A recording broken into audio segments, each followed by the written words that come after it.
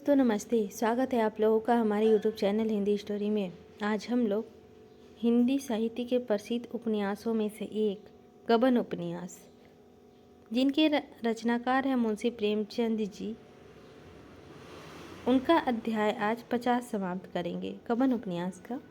तो चलिए बिना लेट के हम लोग स्टार्ट करते हैं गबन उपन्यास का अध्याय 50। उसके पहले के सारे एपिसोड मेरे चैनल पर अपलोड है सीक्वेंस वाइज, यदि आप लोगों को देखना हो तो जाके देख सकते हैं। तो चलिए बिना लेट किए हुए शुरू करते हैं गबन उपन्यास का अध्याय 50। दुर्गा को भला कहाँ चैन। रामा के जाने के बाद 1 घंटे तक उसका इंतजार करते रहे, फिर घोड़े पर सवार हुए और देवी दीन के घर पर जा पहुंचा। वहां मालूम हुआ कि रामा को यहाँ से गए हुए आधे घंटे से ऊपर हो गया। फिर थाने लौटे, वहाँ रामा का अब तक पता न था। समझे देवी दीन ने धोखा दिया, कहीं उन्हें छिपा रखा होगा। सर पर साइकिल लौड़ाते हुए फिर देवी दीन के घर पहुंचे और धमकाना शुरू किया। देवी दीन ने कहा, विश्वास न हो तो घर की खाना तलाशी ले लीजिए। और क्या कीजिएगा, कोई बहुत बड़ा घर भी तो नहीं है, एक कोठरी नीचे है, एक ऊपर। दरोगा ने साइकिल से उतरकर कहा, तुम बतलाते क्यों नहीं, वह कहाँ गए? देवी दीन, मुझे कुछ मालूम हो तब तो बताऊंगा साहब। यहाँ आए, अपनी घरवाली को तकरार और फिर चले गए। दरोगा, वह अब कब इलाहाबाद जा रही है? देवी दीन, इलाहाबाद जाने की तो बाबूजी ने कोई बातचीत नहीं की। जब तक हाईकोर्ट का फैसला ना हो जाएगा वह यहाँ से ना जाएगी। दरोगा, मुझे तुम्हारी बातों की यकीन नहीं आता। यह कहते हुए दरोगा नीचे की कोठरी में घुस गए और हर चीज़ को गौर से देखा। फिर ऊपर चढ़ गए।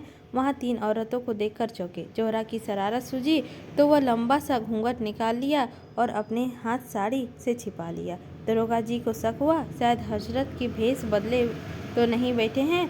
देवी दीन से पूछा, यह तीसरी औरत कौन है? देवी दीन ने कहा, मैं नहीं जानता, कभी कभी बहू से मिलने आ जाती है। दरोगा, मुझी से उड़ते हो बच्चा, साड़ी पहनकर मुजरिम को छिपाना चाहते हो। इनमें कौन है? जल्पा देवी है, उसने कह दो नीचे चली जाए, दूसरी औरत को यहीं रहने दो।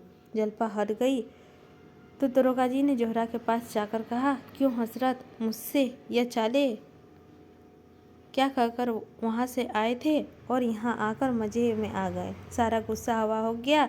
अब वह भेष उतारिए और मेरे साथ चलिए, देर हो रही है। यह कहकर उन्होंने जोहरा का घूंघट उठा दिया। जोहरा का ठहाका मारा।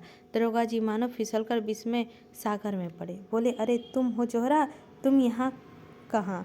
जोहरा, अपनी ड्यूटी बजा रही हूँ। और रामानाथ कहाँ गए? तुम्हें तो मालूम ही होगा, वह तो मेरे यहाँ आने से पहले ही चले गए थे। फिर मैं यहीं बैठ गई और जल्पा देवी से बातें करने लगी। अच्छा, जरा मेरे साथ आओ, उनका पता लगाना है। जोहरा ने बनावटी कंट्रोल से कहा, क्या अभी तक बंगले में नहीं पहुँचे? नहीं ना जाने कहाँ रह गए। रास्ते में दरोगा ने पूछा, जल्पा कब तक यहाँ से जाएगी? जोहरा, में खूब पट्टी पढ़ाई है, उसके जाने की अब जरूरत नहीं है, शायद रास्ते पर आ जाए। रामानाथ ने बुरी तरह डांटा है, उनकी धमकियों से डर गई है। दरोगा, तुम्हें यकीन है अब यह कोई शरारत ना करेगी? जोहरा, हाँ, मेरा तो यही ख्याल है। दरोगा, तो फिर यह कहाँ गया? जोहरा, कह नहीं सकती।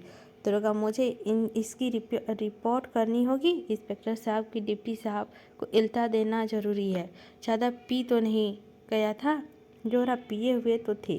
दरोगा, तो कहीं गिरा पड़ा होगा, इसके बहुत दिख किया। मैं जरा उधर जाता हूँ, तुम्हें पहुँचा दूँ तुम्हारे घर तक। जोहरा, बड़ी इनायत होगी। दरोगा ने जोहरा के मोटरसाइकिल पर बिठा लिया और उसको जरा देर में घर के दरवाजे पर उतार दिया, मगर इतनी देर में मन चंचल हो गया। बोले, अब तो न जाने की जी चाहता जोहरा, चलो आज कुछ गपशप हो। बहुत दिन हुए तुम्हारी करम की निगाह नहीं हुई। जोहरा ने जीने के ऊपर एक कदम रखकर कहा, जाकर पहले इंस्पेक्टर साहब से इल्तक तो कीजिए, यह गपशप का मौका नहीं है।